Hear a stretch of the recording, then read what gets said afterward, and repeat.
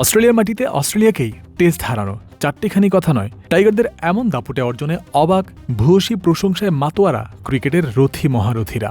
South African কিংবদন্তি AB de Villiers তেমনই একজন। অজিদের এমন আউটপ্লে করেছে টাইগাররা দেখে রীতিমতো বাকরুদ্ধ এবিডি। নিজের social media platform AB de Villiers 360-তে লাইভে এসে নিজেই এমন অভিব্যক্তি প্রকাশ করেছেন তিনি। ঘরের মাঠে কনফিডেন্ট অজিরা বাংলাদেশকে চাপে ফেলতে টসে জিতে ব্যাটিংয়ের সিদ্ধান্তটাই নিয়েছিল। সেখান থেকেই হাসান মাহমুদের দাপট শুরু হলো। ব্যাট হাতে এবার তানজিদ তামিম, নাজমুল শান্তদের সামনে অজিদের নাভিশ্বাস উঠে গেল। টসে হেরেও বাংলাদেশের এমন ডমিনেন্স দেখে অভিভূত এবিডি। বাংলাদেশ অস্ট্রেলিয়াকে হারিয়ে দিয়েছে। আমার মনে হয় না আমাদের কেউ কখনো এমন কিছু বলার আশা করেছিল, বিশেষ করে যখন খেলাটি ছিল খোদ অস্ট্রেলিয়ার মাটিতে। অস্ট্রেলিয়ায় গিয়ে টেস্ট ম্যাচ জেতা মোটেও সহজ কাজ নয়, কিন্তু বাংলাদেশ সেই অভাবনীয় সাফল্য অর্জন করেছে। এমনকি অস্ট্রেলিয়া টসে জেতার পরেও টসে হেরেও বাংলাদেশ ম্যাচ জিতেছে। এটি সত্যিই বিস্ময়কর।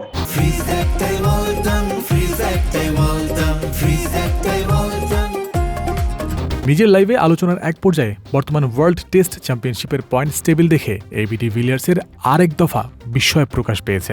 অস্ট্রেলিয়া, সাউথ আফ্রিকা, নিউজিল্যান্ডের পর 4 নম্বরেই নাজমুল শান্তর দলের অবস্থান। টেস্ট চ্যাম্পিয়নশিপের চলমান সাইকেলে উত্তরোত্তর আধিপত্য বিস্তার করেই ইন্ডিয়া, শ্রীলঙ্কা, ইংল্যান্ডের মতো দলের উপরে জায়গা করে নিয়েছে টাইগাররা। বাংলাদেশের এমন কীর্তিতে ভাষা হারিয়েছেন সাউথ আফ্রিকার সাবেক অধিনায়ক।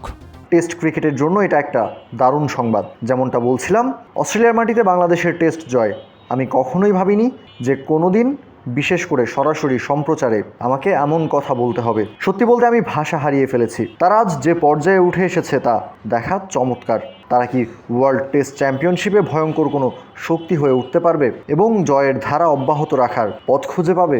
বলা তো যায় না, সময়ই সব বলে দেবে। আলোচনা করতে করতেই বাংলাদেশের জয়ে যেন নিজের কৃতিত্ব নিতে চেয়েছেন এবিডি, যদিও সেটা ছিল স্রেফ রসিকতায়। সম্প্রতি ইতালির রোমে ঘুরতে গিয়েছিলেন তিনি। সেখানেই ইন্ডিয়ান, বাংলাদেশি ও পাকিস্তানি ভক্তদের সাথে দেখা হয়েছিল তার। তারপরেই এখন শ্রীলঙ্কার বিপক্ষে ভালো খেলছে ইন্ডিয়া, বাংলাদেশ তো হারিয়ে দিল অজিদের। তাতে রসিকতা করে ভিলিয়ার্স বলেছেন, যে দলের ভক্তদের সাথে গত 2-1 সপ্তাহে আমার দেখা হয়েছে তারাই ভালো করছে, হয়তো আমি তাদের লাকি চার্ম, আমি এটা দাবি করব। জয়ন্ত বিন্দু, ক্রিক ফ্রেন্সি।